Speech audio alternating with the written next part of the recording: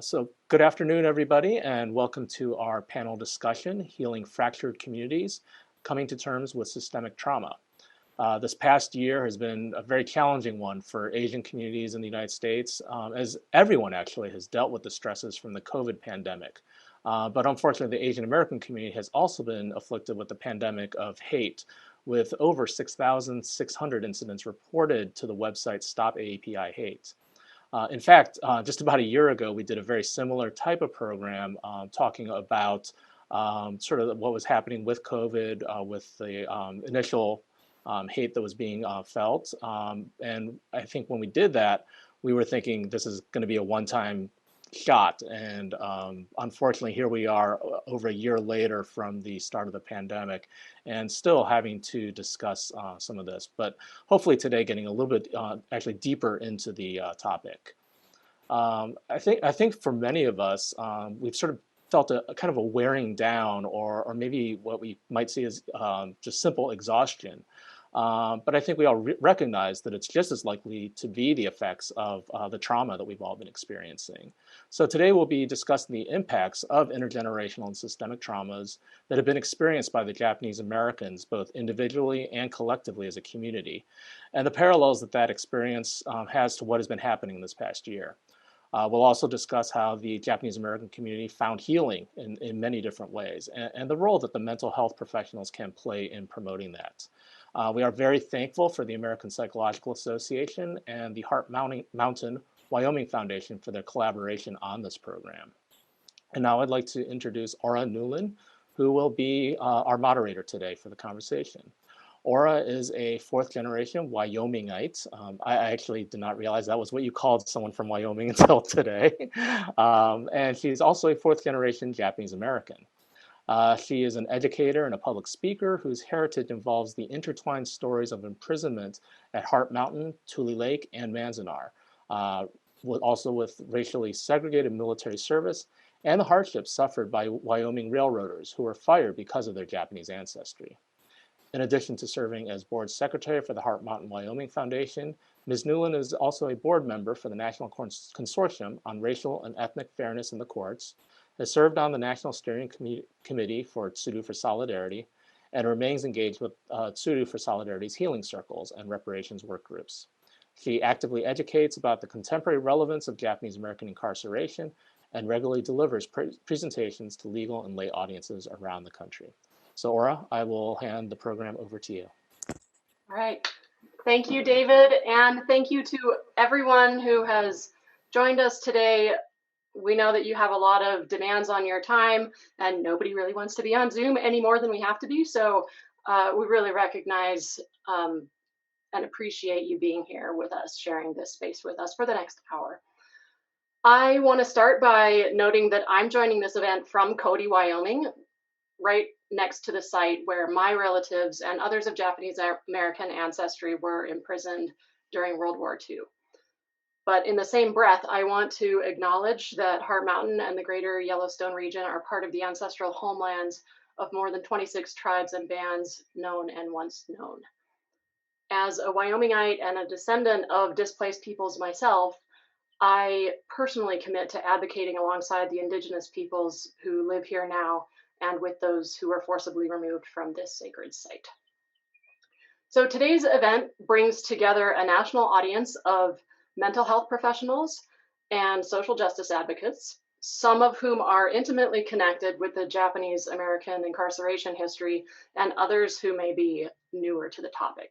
So we're going to start off with a short video to catch folks up to speed on this history if you need a refresher course, and from there I will introduce the panel. So Matthew, if you can share the video, we'll start with that.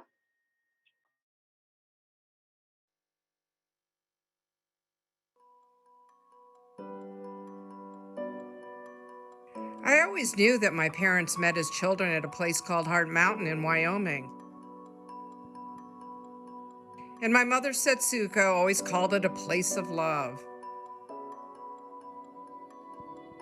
It was only after she died, however, that I learned the truth. Heart Mountain was a prison. 14,000 Japanese Americans were incarcerated there during World War II for the crime of looking like the enemy. Setsuko's secret is my attempt to understand the lives of my family, myself, in the complicated history of the Japanese American experience. Both sets of my grandparents immigrated from Japan. The Higuchis came first, arriving in 1915 from Saga, on the southern island of Kyushu. They started farming in Santa Clara County, California. My mother's parents, the Saitos, came in 1918 and in 1923. They lived in San Francisco's Japantown and opened a store. Life in California was hard for Japanese Americans. State law banned immigrants from owning land, and Caucasian neighbors often resented their success. The children of immigrants called the Nisei had to work extra hard to prove they were loyal Americans. Despite hardships, many Japanese Americans found the good life and made their way in society. Some became professionals and owned their own home, and others excelled in college. But then came December 7th, 1941. After Pearl Harbor, wartime hysteria and racism intensified towards Japanese immigrants and Japanese American citizens. They called them spies or saboteurs, despite the lack of evidence. Then on February 19, 1942, President Franklin Roosevelt signed Executive Order 9066, which allowed the military to ban Japanese Americans from the West Coast. Census records told the government where to find Japanese Americans. Signs posted in neighborhoods said they had just days to pack and leave. They could only bring what they could carry.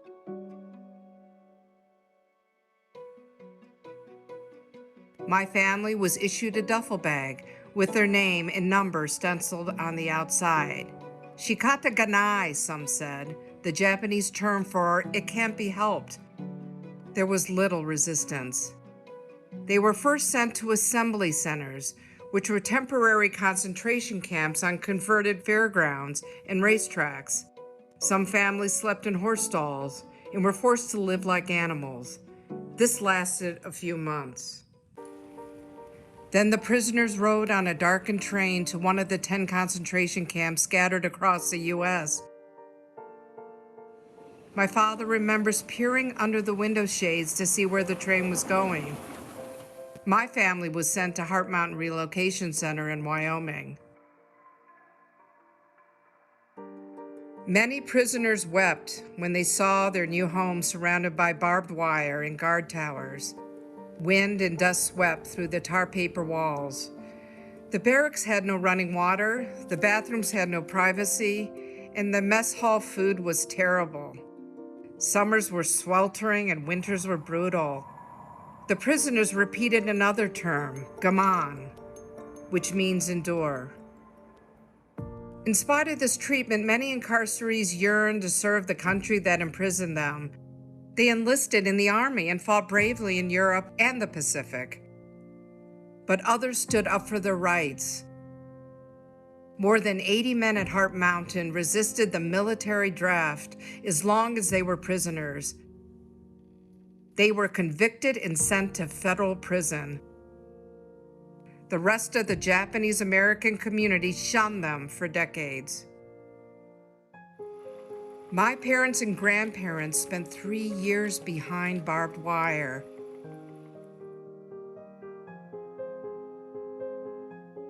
After the war, they, along with many others in the community, wanted to put the shame and the rejection behind them. They never talked about it. My generation, called the Sansei, could not understand why. Only after my mother died did I realize the depth of her commitment to preserving the memory of the incarceration. She inspired me to understand this part of my family's history and my community's experience. Over the last decade, I've been committed to safeguarding against the racism and fear that drove the Japanese American incarceration. It was my mother, Setsuko, and her secret that taught me, and hopefully you, that we can never relax in the fight for justice.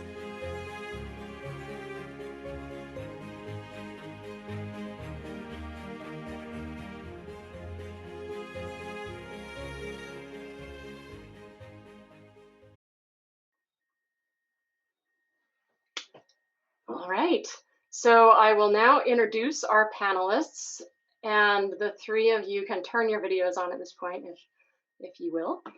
I will start with Ms. Shirley Higuchi. Shirley is the Senior Director of the Office of Legal and State Advocacy at the American Psychological Association's Practice Directorate. She manages a team of lawyers focused on legal, state, and regulatory strategies to achieve optimal psychologist participation in a changing healthcare field. She's also chair of the Heart Mountain Wyoming Foundation. Ms. Higuchi's pursuit of law stemmed from her discomfort around how the U.S. judicial system treated her parents, who, as you saw, were children when they were incarcerated at Heart Mountain during World War II. And you just saw the trailer for her new book, Setsuko's Secret, which we are celebrating today. I was going to ask Matthew to put a link in the chat, but then I forgot to send him the links, so I'm putting it in the chat. Oops, it only went to the panelists. Okay, I'm going to try again. There we go. Link to Shirley's book. Shirley completed a 6-year appointment to the Judicial Tenure and Disabilities Commission for the DC courts and later served on the Federal Law Enforcement and Nominating Commission. She's a powerhouse mover and shaker in the Japanese American community, as well as in the legal community and the mental health community. So welcome, Shirley. We're so happy to be sharing this space with you. I'll introduce all three panelists first, and then I'll go into questioning for you. So next, we're joined by Dr. Satsuki Ina, Professor Emeritus in the School of Education at California State University, Sacramento.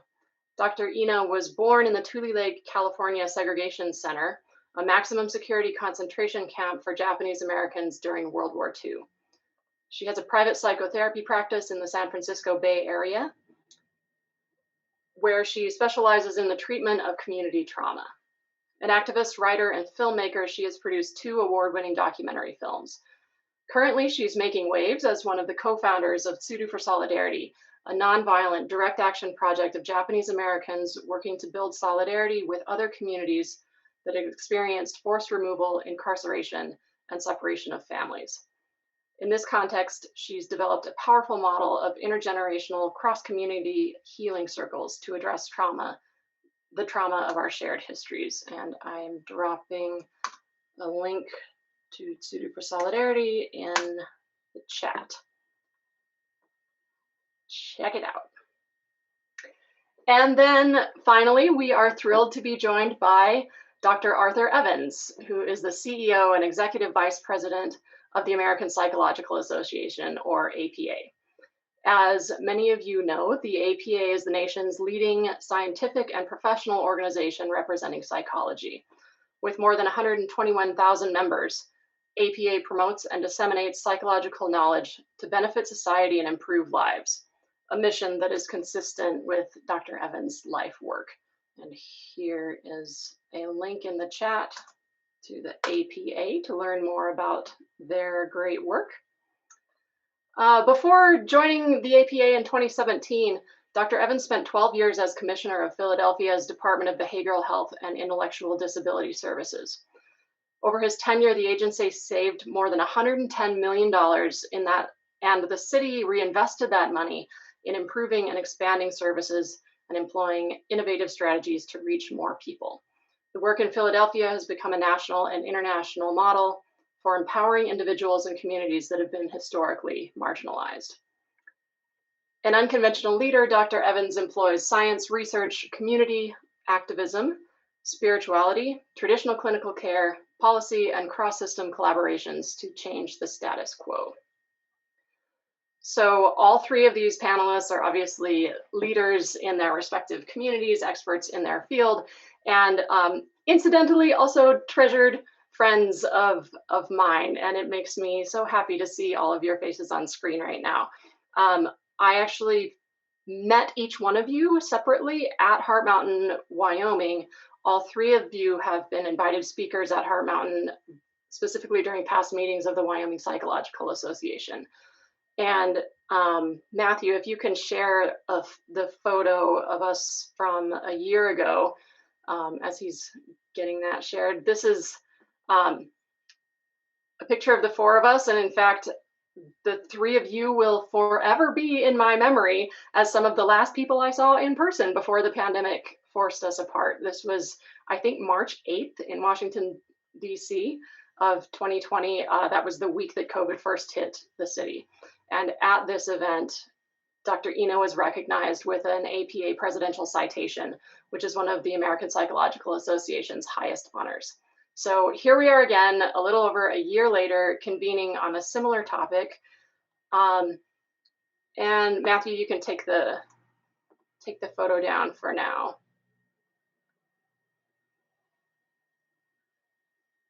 And I will start questioning with Shirley Higuchi, since we just saw that beautiful trailer of your book. Your book is a sweeping chronicle of Japanese American identity dynamics in the 20th century up until the present. And I learned so much about so many things. But the most powerful storyline for me in this book was the chronicle of your own story, including the trauma that was passed down to you and your siblings through your mother and your ongoing path to healing. And I'd like to read a few excerpts from chapter 14. And Matthew, if you can put up the picture of the Higuchi family that's in the slides. This is a photo that shows up in her book. And she writes, if you were to put white faces on the bodies in this photo of our family from 1962, we would have looked like any other American family. The photo represents the ideal that I remember my mother sought during my childhood. Setsuko Saito Higuchi burned with a desire to assimilate into white American society. It showed not in anything she said, but rather in how she acted. We never spoke about the incarceration because we didn't dwell on unpleasant things. If she thought someone was too closely associated with anything troublesome, such as unemployment or peculiar extended families, peculiar extended families or bumptious ethnic communities, she cautioned us against spending too much time with that person. She wanted to be ahead of the Joneses, not just keep up with them. So Shirley, you've come to see these characteristics as your mother's really survival response to her race-based incarceration. Can you talk a little bit about that and how her traumas have manifested in you? And Matthew, you can take down the photo. Thank you. Yeah, I was going to say, I'm only going to answer the question if Matthew takes that photo down. I mean, it's like, it's kind of a little, I wouldn't say it's embarrassing, but it's pretty much a leave it to Cleaver type photograph. And even though it was a black and white photo, my brother was actually wearing a red, white, and blue sailor suit. So we were ultra American. But the one thing that everyone needs to understand is I grew up in Ann Arbor, Michigan, and there weren't any other Asians, So I think mostly my trauma, if we want to call it trauma, is the fact that it was really hard for me to have an Asian American identity growing up with African American and white people. I mean, the good news with that is I get along with African Americans and white people pretty well, and I think it served me well, especially in the legal community in Washington, D.C. But I think, my background was pretty unusual. My mom was very unusual. She had this real thrill and lust for real estate.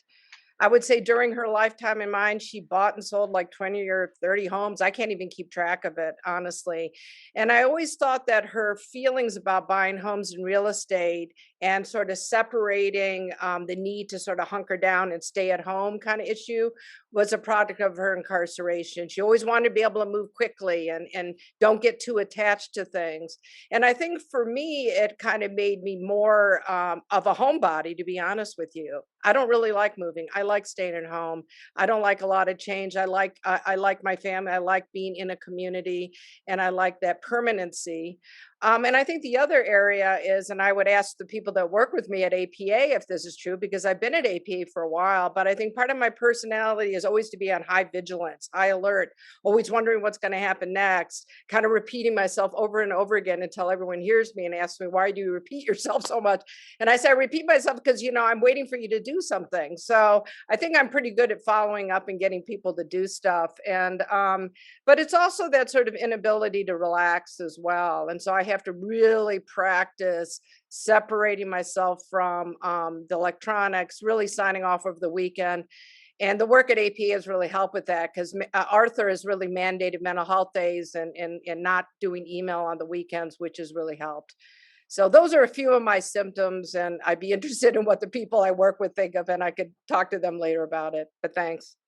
Thank you, Shirley. And I think your comment about how we feel this need to unplug, and sometimes we are feeling like we can't relax. That's something for all of us to be attentive to. It's a common experience during this ultra virtual world that we live in, but also being cognizant of the fact that communities of color might be feeling this even more acutely or differently based on their collective traumas.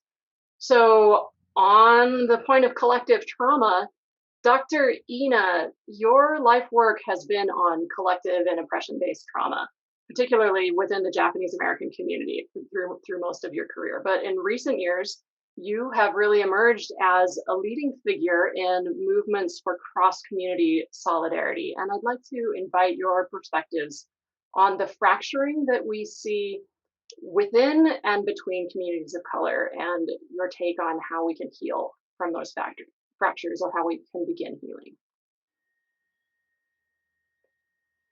And Satsuki, you're muted still. I hate it when that happens. Thank you, Aura, and thank you, Shirley and Arthur, for sharing this time together. It's a big question in 5 minutes to share, but I'm just going to get quickly to the point. Is the word fracturing is an important word to understand the impact of racism trauma. My family was incarcerated for 4.5 years, and I used to think about that as really, the roots of it were racism, that because you had to have 1/16 Japanese blood to not avoid being incarcerated during that time. But I've come to to understand more about what happened to the people who were held in the prison camps there as a form of captivity trauma. And the importance of that is you could have a single incident trauma and, have a collision with another car, and it's very disturbing and overwhelms you, but it happens once. Captivity trauma is a form of chronic state of trauma. And what I've come to realize is that racism is a form of captivity trauma. There's no escaping it. It is so pervasive as a result of the supremacy of whiteness that has been embroidered woven into almost every aspect of our lives, and difficult to escape. The messaging, the narrative, the way in which all of our major structures have been organized. And so we can't avoid our reaction to this captivity trauma, which long-term, it is a form of brainwashing, actually, where you begin and cannot avoid believing the messaging that happens in the schools, in business, in every aspect of your life. And two reactions, it's so complicated, but there's two reactions that people tend to have. One is identification with the messaging as a result of the captivity trauma, or a reactivity. So if you're a captive prisoner, you can survive by identifying with the perpetrator, or you could be reactive to the perpetrator. And that can take many forms. You could be angry, it's a fight response. And or it could be withdrawing and in some ways trying to insulate yourself from what the outside world is imposing on you. So this fracturing results because it inhibits our expression of our true selves, what we were meant to be, what skills, talents, strengths, resources we have are impacted by this artificial narrative that's imposed on us as people of color, as minorities, messaging that we're not good enough, that we have to constantly prove ourselves, we are the forever foreigner, that we are moving targets for whatever political crisis is happening. So as a result, we lose contact with our true selves, with who we were always meant to be. And that's why I think Shirley's search for her own healing is a beautiful example of someone who is trying to shed all of the accoutrements of being a victim of captivity and finding her true self. So healing is about regaining our wholeness. And that means we need to do it at several levels. One is self-integration, the wholeness about who we are meant to be, really respecting and valuing who we are as individuals. We have to then really work to heal our families, our relationships, our intergenerational connections, the ways in which we have passed on trauma intergenerationally because we've been unconscious of the messaging that we internalized as victims.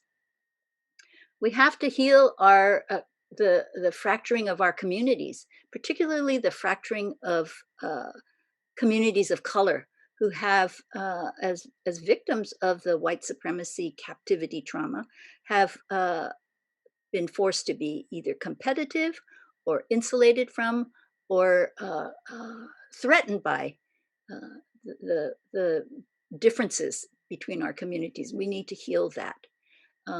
So cross-community healing means that we work together, identify that white supremacy is our enemy and not each other. And I think the final level is we need to do this kind of healing across nations. So I'll just close here with this quick metaphor that my colleague, Reverend Duncan Ducan Williams, talks about. He talks about the Japanese craft of healing broken ceramics, that the fractured pieces, when they're brought together, are sutured together in some ways by a lacquer made of gold. And that cup that is brought together through the connection with this lacquered gold is in and of itself a valued treasure, that we come from fracturing to unity to become whole again. So I'll stop there and glad to answer any questions. Thank you. Beautiful. Thank you so much, Dr. Ina. And that actually is a really nice place to pass it off to Dr. Evans. So Dr. Evans, you have really rocked the boat throughout your career by intentionally working across fault lines, whether those are fault lines within professions or across racial and ethnic groups. And you've done this intentionally in an effort to strategically dismantle the silos that have come to characterize our society and cause so much pain as we have seen. And in recent years, your own commitment to learning about and engaging with the Japanese American incarceration history is one example of that commitment. And Matthew, can you share the slide of that Dr. Evans sent us of the monument? So just recently, Dr. Evans, you were telling us as a panel about how you and your wife, Claudine, hi Claudine, happened to come across the Japanese American Memorial in Washington, D.C., which is just a short walk from the APA headquarters and Union Station. So of course, since you had been to Heart Mountain, you're like, hey, check this out, and taking a picture. And Matthew, can you go to the next slide as well? This is a broader picture of that monument with the symbolism of the crane wrapped in barbed wire, trying to break free. And you can take the picture down now, Matthew, thank you. So I guess I'll let you sort of take it in the direction that you want to. You can share about that experience more, but also as the head of the APA, I want to give you the chance to comment on the APA's role and mental health professionals' role in supporting people of color during the isolation of COVID, but also in the context of amplified anti-Asian violence and in the movement for Black lives. And I think so many of us are feeling all this turmoil. And to me anyway, it seems like there is a really crucial role for psychology.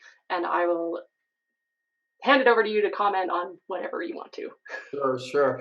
Well, let me comment first from a personal standpoint. I was very moved when I went to Heart Mountain, and if you go to Heart Mountain, there's a quietness about the place, and you really recognize the significance of this event in history that probably I think it would be fair to say most Americans don't know about, don't talk about, don't understand. And it's had such a profound impact on Japanese Americans. The other thing, I don't know if you knew this about me, but I lived in Japan for the first few years of my life. I actually have two siblings that were there. So I've always been fascinated with Japan. I was told that I understood Japanese because I was developing my own language when I was young. But I think my connection to and my allyship, I think, really comes out of a shared experience of being in a group that has been systematically oppressed. And there are definitely parallels between what's happened to African Americans and Japanese Americans. And I think to Dr. Ina's point, part of the way oppression works is that you never want the people that you're oppressing to get together. So there are all kinds of strategies to try to keep people apart. And as you said, I actually appreciate that introduction. I had never been, my work has never been talked in that way, but I think you're absolutely right. One of the ways to disrupt racism, to disrupt oppression, is to intentionally work across fault lines and to intentionally disrupt systems that have been formed in a particular way to keep people in the positions that they're in.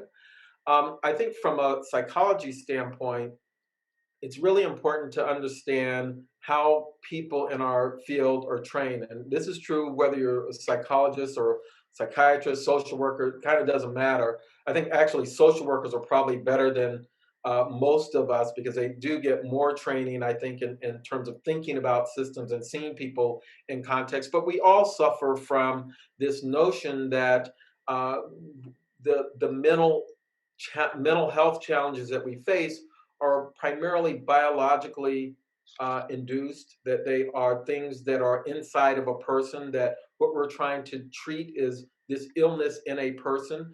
That pervades the way we think about the work. But if you listen to this conversation, it's really clear to you that there are these external factors, these external events that impact on us, that if you are a mental health professional and you don't understand those, there's no way that you can be effective in helping people. And so I think that one of the things our field has to do, and I think one of the areas that psychology and APA can take the leadership around, is understanding social determinants, understanding how context matters, understanding how history matters, and bringing that information into how we work with people.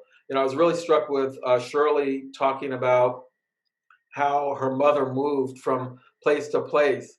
And it reminded me of my own personal event where right after I got married, I had two small girls at the time, and we were getting ready to do a road trip. And we started to pack up the car, and I was like, okay, let's get the food. And when I was traveling, when I was a young kid, my mother always had fried chicken and foil paper. We always had that, and she always had a jar in the car so that we could use the bathroom if we needed to use the bathroom. And I was just going through the motions, and I said, why are we doing this? There are rest stops on the way. We could stop and get food, or we could stop and use the bathroom. And it hit me for the first time as a young adult that what I was doing was a repeat of what I had seen growing up. My parents couldn't stop anywhere on the way when they were traveling. They couldn't just stop and get something to eat. And those little, that's sort of a benign example, but the point is the traumas and the things that we experience get passed down intergenerationally. And if we're working as mental health professionals and we don't understand that, we're going to miss really important information that's needed to really help people to heal, to recover, and to be whole. So I think that that's something that APA can play a leadership role in.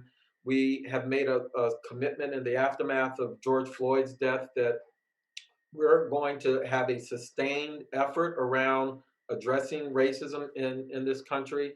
One of the things I have been really heartened by is just the broad level of support that we've gotten from that across our membership. We did town halls over the summer, and there was no town hall that got as much attention, energy, excitement as the town hall that we did after George Floyd's death, and people really wanting our field to take a leadership stand.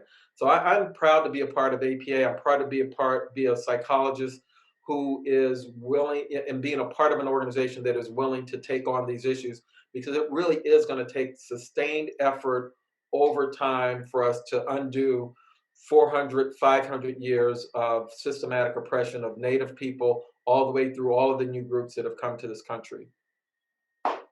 Yes. Thank you, Dr. Evans. We have about 10 more minutes of our time for the panel before passing it on to some closing remarks. But Dr. Ina, you had said something that really struck me as so important for us to be able to recognize as we try to navigate racial divisions and racial trauma in our society. You talked about how it's common to see these two different responses to captivity trauma and racial trauma. One is that oftentimes people will identify with the perpetrator, and we see that so poignantly in Shirley's story of her mother, who's like, we're going to be whiter than white. We're going to be so white American, identifying with the perpetrator. Or you said there's also a response that is common to see, which is resisting the perpetrator, which is characterized in your own family's story, Dr. Ina, where your parents were incarcerated at an even harsher level because they stood up and they're like, no, this is not okay. And I think it's important now. The Japanese American community is coming to realize that both ways of being, both ways of living in a predominantly white society are okay, and they're both, ways that we work through these things. But I guess I'll just, I know that some of you as panelists have questions for each other, and I want to give you a chance to carry this discussion a little further along those lines. So I just want to elaborate just briefly, is that the two directions I think people take is identifying with the perpetrator and then being reactive to the perpetrator. That doesn't mean necessarily resistance. Resistance comes at a higher level of awareness. So reactivity could be, angry attacks. It could be withdrawing. It could be. There are many ways that, people could become depressed, feel anxious. They have that kind of reactivity. But both paths are not particularly healthy because they cover up the authentic person. They're more in a defensive response rather than really manifesting who they are. But yes, I think to answer your question is there has been division in our communities, fracturing within and across communities. That is part of our healing journey, and I think we're moving in that direction. That's the place I feel optimistic, is to just even having this conversation where we're talking about our different communities. We can use the Japanese American history and see how it's come full circle, because at one point when we started Suited for Solidarity, we were saying we're not the targets right now, so we need to stand with and speak in support of the other communities that are being targeted, for example, like at the border or uplifting HR 40. But here we are. We are again targets. So I think the strength in building solidarity is what will create get us on the path to wholeness. Shirley or Arthur, any comments from you? Yeah, go ahead, Shirley. Well, no, I was just going to say, I think a real example of sort of not taking ownership over your history. I remember when I was like in 7th or 8th grade in Ann Arbor, Michigan, I had a student come up to me and ask me if I was white or black. And it's really funny, without missing a beat, I said, well, during the summer I'm black because I perm my hair and my skin gets dark. And during the winter I get really white and my hair is straight. And I really didn't mean that to be a joke. It's almost like it was the only thing I could come up and say. And the student, I think, really believed me. That's what's really kind of pathetic, is that that student believed me that I was both white and black. And I had no racial identity. So, and I know that I experienced that through my adulthood, even when I remember being elected DC bar president, early 2000s, I didn't want to talk about the Japanese American incarceration, even though it's the worst constitutional violation of our nation's history, because it didn't come naturally at that point. Because as Dr. Ina has said, I wasn't fully evolved and whole on that traumatic experience that my family had. It made me uncomfortable to talk about it. And I don't know if that helps the discussion, but I just, and then you start feeling guilt tripped into and feeling ashamed that you don't know about your own family's past. So I've passed that point of feeling guilty. So I feel better now, but it's complicated. Well, one thing that I would add, and I think we might want to explore a little bit, is the whole notion of allyship, and how do we become good allies? Because as we've referenced, part of the strategy for keeping groups oppressed is to keep them divided. The more divided you are, the less resistance people are going to get. And allyship can be tough. When Shirley, when you said that, I grew up in the South in like 60s, 70s, right? So back then, where I grew up, there were only two races, either black or white, and you had to choose, right? So if you were Latinx and you were dark enough, you kind of hang out with the black folks or so forth. And I remember my experience when I went to South Florida, which had, and the Jews were like, they hung out with a lot of the African Americans because, they kind of identified sort of minority. So, in those instances where you have fewer people, it's easier for groups to kind of come together, right? But what I noticed is when I went to South Florida, where you had much larger Jewish population, much larger Italian, other ethnic groups, there wasn't the kind of unity that I saw with those groups when we were a small minority, within a context. And I think it says to me that we have to work harder at how we come together. And one of the things that gets in the way is that the kind of oppression that we experience are different. Like, there's some things that I can absolutely relate to when it comes to Heart Mountain, but there are a whole bunch of things that I can't, right? But that's okay. There's a commonality there that we all should be working against. So I don't know if I have an answer to this question, but I want to raise it because I think part of the solution to fighting racism and white supremacy and all of the things that keep us divided is to overcome that. And I think we have to be very intentional about that. I know personally I feel very strongly about allyship, but can't say that is true for everybody in my racial group. So this is a good point, actually, to invite in our final two commentators, David Inoue and Maysa Akbar. If both of you are there and want to turn on your cameras, hello. We have saved you two to the end as two representatives of our co-hosting organizations, David Inoue, Executive Director of the Japanese American Citizens League, and Dr. Maysa Akbar, Chief Diversity Officer for the American Psychological Association. So Dr. Evans just left us with a really wonderful question, and I know that both of you have things to say on that topic. So David, would you like to start us off with just a few minutes response to that particular question, or the panel as a whole? And then after that, I'll pass it to Maysa. I really appreciate bringing up that issue of solidarity, Dr. Evans. And actually, what I'd like to point to is it came up in the chat earlier about the video that we showed from promoting Shirley's book. That there's a photo in there of a woman pointing at a sign. I forget exactly what it says, like no Japs allowed or something like that.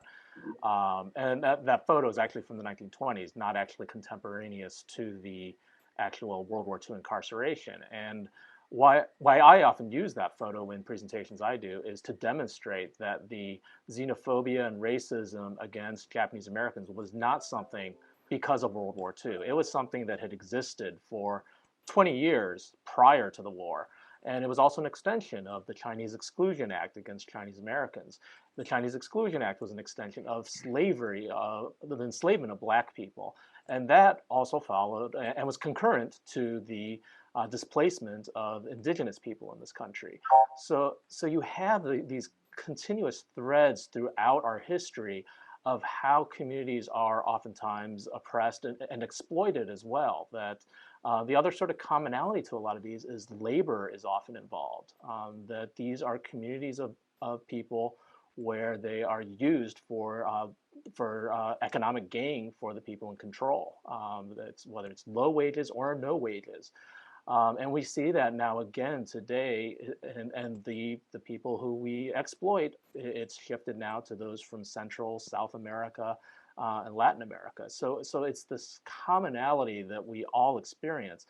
And the challenge is for those of us who perhaps have advanced beyond that, some of that baseline oppression, to recognize that we have come from that. And I think, Shirley, I think you and I probably have very similar experiences growing up in the Midwest, where I was the only Asian American in my school as well.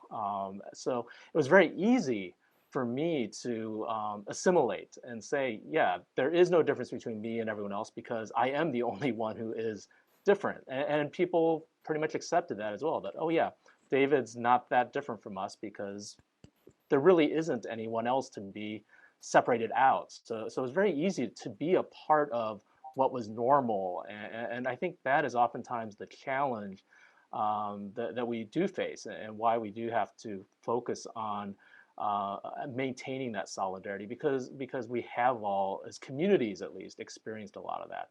I could go on talking about the differences in immigration, the 1965 Immigration Act, and the impact that's had on Asian Americans, model minority, and all that. Because all that is very related as to how we are oftentimes, the efforts are made to divide us, despite these commonalities that we've experienced throughout history. And Dr. Akbar, I'd love to hear some of your thoughts as well. Absolutely. First of all, I'd like to thank the panel for this incredible conversation. We're very committed to continuing these conversations in partnership with APA and the Equity, Diversity, Inclusion Office. I want to, just acknowledge that the insights that were provided today are so important within the context of a historical analysis, right? If we don't understand our history, we keep repeating it. And so I think, Shirley, what I certainly gleaned from the video and from what you indicated, and Dr. Ina, is that we have to have a keen understanding of our history so we can provide context for racial trauma and for what it means in terms of the trauma that we may inherit or carry, and how we will pass that down if we unknowingly don't understand the impact of that trauma. I want to make sure that we highlight the importance of encapsulating race-based trauma as a result of racism and systems of power, right? It's not something that happened to us. It is something that, it's not something that's wrong with us. It's something that happened to us, right? And it's important for us to consider that, something as powerful as visiting Heart Mountain in order to create a moment of of reckoning for ourselves with our past trauma is so important. You mentioned, Shirley, one time that we were talking about the power of place. And that to me struck me so deeply, right? Like, what does that mean for me to go back to the power of place and uncover that history of trauma, and how will it change me and the way that I show up? But it can also be so extraordinarily healing, you know, if we open ourselves to that life-changing experience. I want to leave us with these few thoughts. You know, Dr. David Williams just issued this CNN conversation, and he talks about that the way that racism erodes the dignity of a person, and it leads to a host of like mental health and physical health issues. And he talked about the research that now is bubbling up around this terminology called weathering, right? And it's the idea that, right, if you have a drip of water that's coming from the rooftop of a building and it falls onto the side of the building and onto the concrete, if that only happens for one day, you know, it might not be a big deal. But if day in and day out, you've continued to have that drip, week after week, month after month, year after year, decade after decade, with that constant drip on the sidewalk, we're going to see an erosion, right? And that becomes the context of how we are eroded because of adversity, right? And as I'm thinking about what David was saying, and you know, you all were talking about in terms of like, when you have to live up to the standard of a model minority and that myth, that's weathering the Japanese American community. When you have to continually encounter bigotry and hate crimes, that's weathering the Asian American community. When the identification of African Americans as the ones who are leading the violence against the Asian American and Pacific Islander community and perpetuating what we're talking about in terms of the concept and mentality of conquer and divide, that's weathering both communities. When we think about internalized racism and interpersonal and systemic racism, that's weathering communities of color. We have to start thinking about the way that this is chipping away at us and start looking at the other side of this, which is also our healing, and how we can begin to heal together as communities that have been minoritized historically, and that we can face these things if we're able to understand one another. I have a few last thoughts on how we should do this. We have to have awareness in this process. We have to be reflective. We have to recognize. We have to engage in our own individual healing and tap into our own empowerment. We have to build solidarity and coalition with one another, because ultimately that is the only path to our liberation. So with that, I leave us, and I thank you for this important topic, and we are happy to support this conversation and many more around this topic. Thank you, Dr. Akbar. I just want to say a thank you and farewell to Dr. Ina, who has to jump off now and go to another Zoom presentation that she's giving. So you are dismissed. Thank you so much for being here. I would like to extend also thanks to our hosts today, the Japanese American Citizens League, the American Psychological Association, the Heart Mountain Wyoming Foundation. Also, thank you to Matt Wisely, who has produced this program, and Julie Abo, who's making magic happen behind the scenes. Dr. Ina had to leave, but the rest of us, I believe, are able to stick around for another 15 minutes and engage in some Q&A with the audience. If you in the audience need to go, you are welcome to go. You don't have to feel pressured to stick around, but if you want to sort of vet some of the things that are going on in your head and get responses from our panel of experts, including David and Maysa, we welcome that. And I'm hoping that maybe Julie Abo can field some questions. We didn't really talk about how we would do this part, but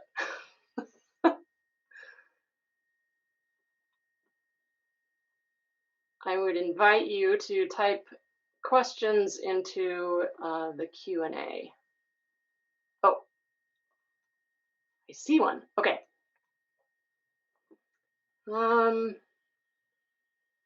I want to take this question from Leslie Ishii. Hello, Leslie.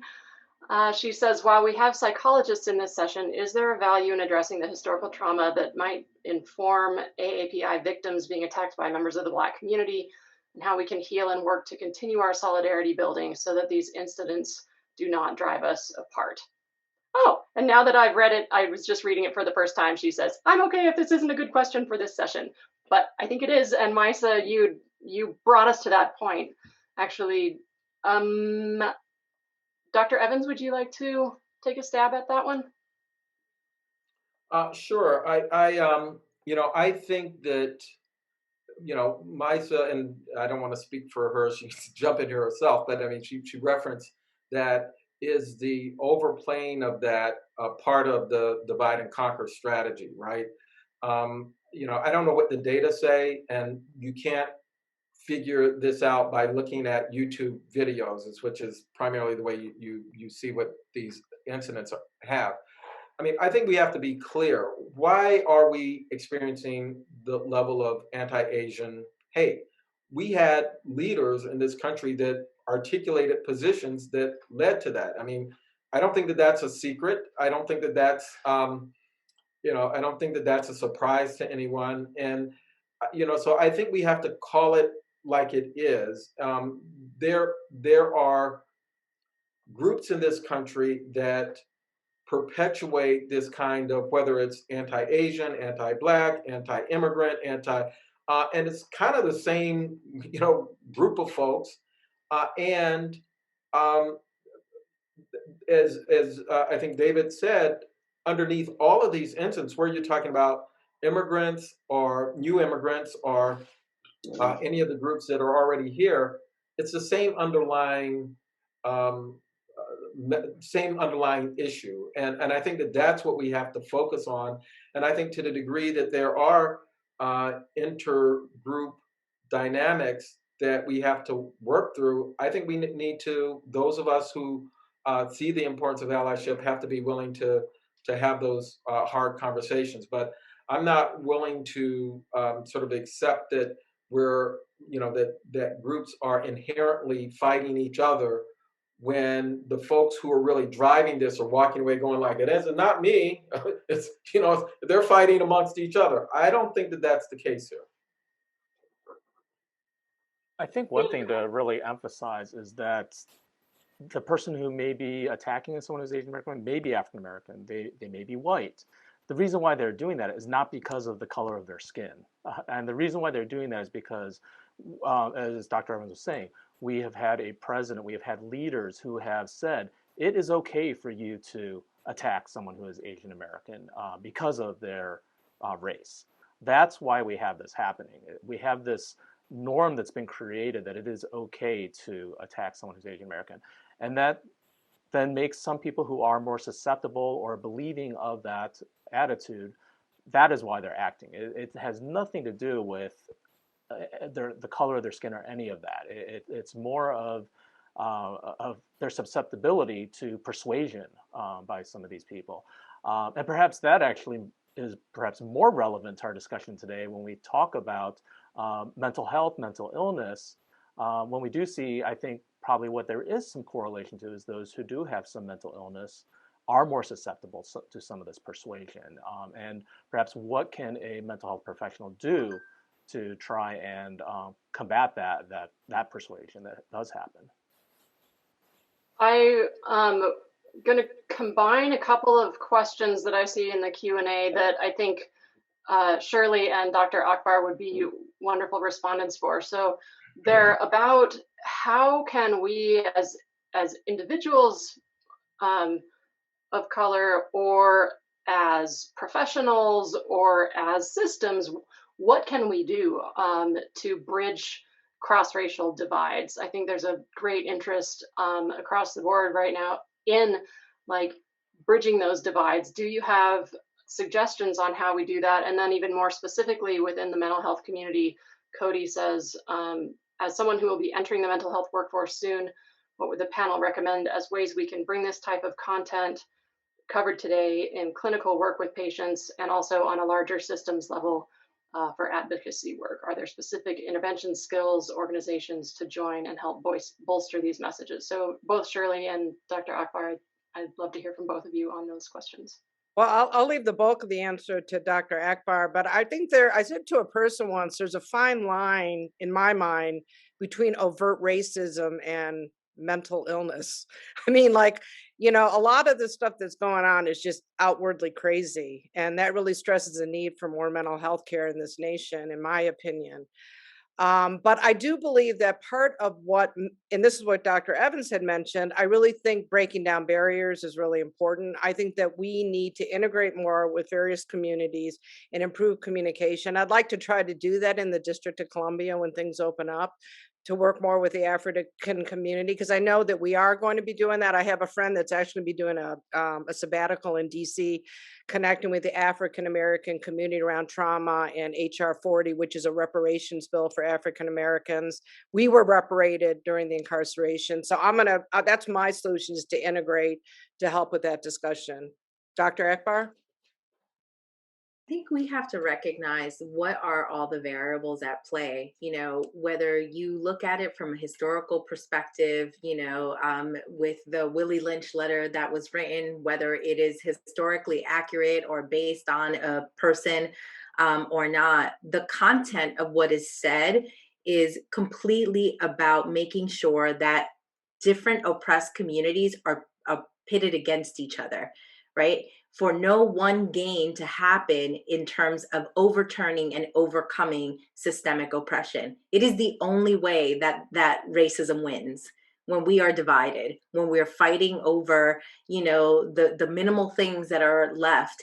And when we adopt the rhetoric in terms of who's better and who's not, who's achieved more or who cannot achieve the same, and I think that oftentimes we don't realize what the impact is in terms of the way that we view the world and the influence in our worldview that white supremacy has on us, right? And when we do begin to have that recognition, it's so important to be vigilant and to be aware of fighting those biases that live inside of us, because they only perpetuate, now what we call common day, the oppression Olympics. Who's been more oppressed, who's been more hurt, who's been more, isolated, who has had more racism happen. That doesn't really get us to the collective place that we need to be to build coalition and to sustain what we want to sustain over time, which is dismantling structural racism for us all. So I would say, let's really start thinking about what have we adopted as normal, and what do we need to change in the way that we view ourselves in the space of one another and in the space of what we are actually fighting for. Thank you. There's an interesting question from Kenji. Again, maybe Dr. Evans would be a good one to address this. If we're going straight into the edginess, and I think this is a good forum to do that. The question is, are panelists able to share experiences in regard to the political dimensions of conducting psychotherapy in this moment? And do you have advice for working with countertransference as clinicians of color? I think, it goes back to some of the comments I said earlier. Most of us are trained to not think about history, to not think about context. I know, for example, people's religious beliefs, or, I was explicitly told, you leave that, you don't talk about those things. Well, history, context, one's spiritual beliefs, those are all things people walk through the door with. And for a clinician to ignore those things and how important they are to people doesn't make a lot of sense. So I think that we have to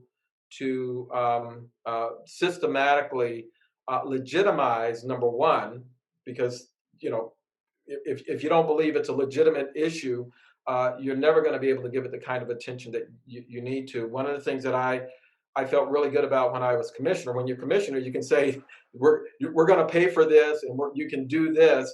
And so I felt really good that, one of the messages that we sent very strongly to our provider system was, that people's spiritual beliefs is really important. That needs to be incorporated.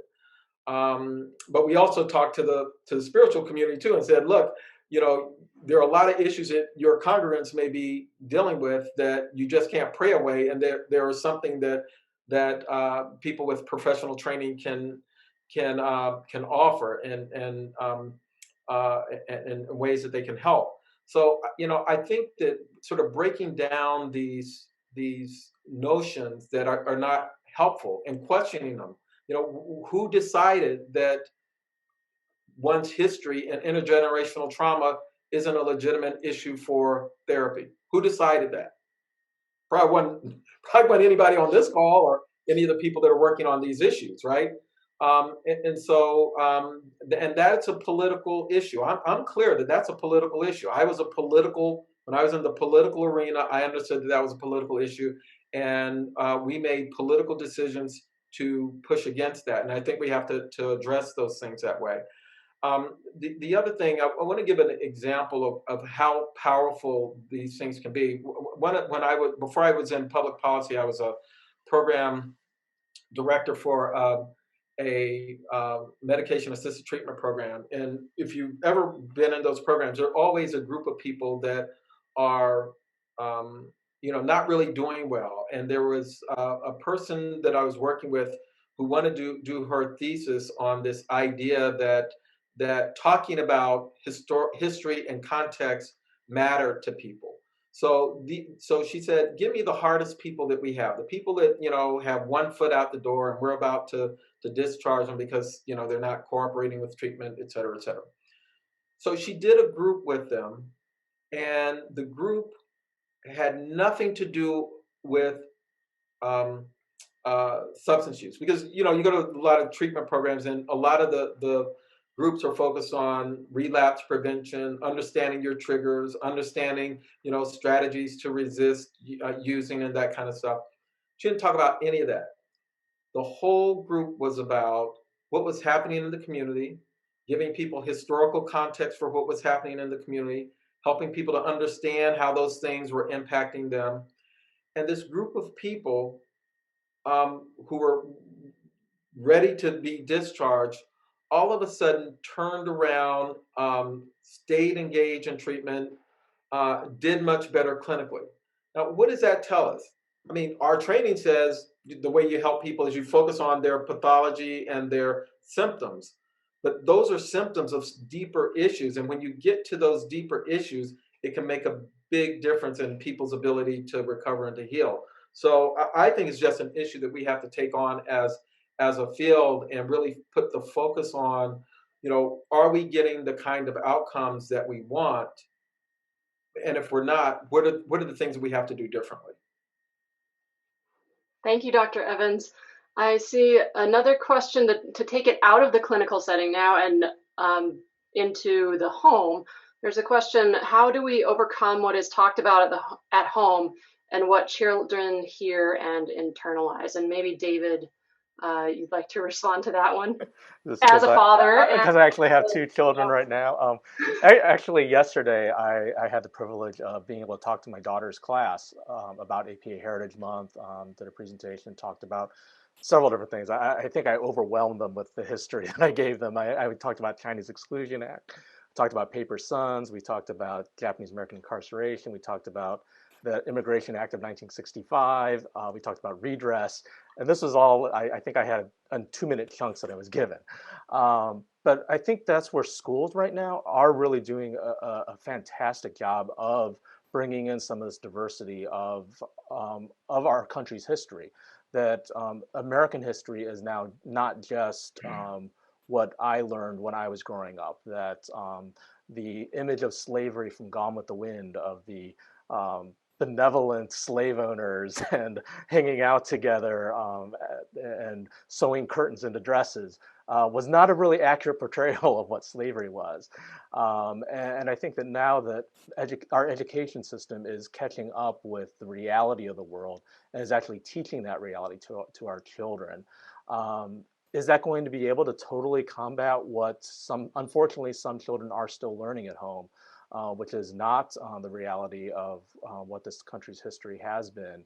And obviously that's not necessarily going to happen, but it is a good start, I think, that they are getting this other perspective from the schools.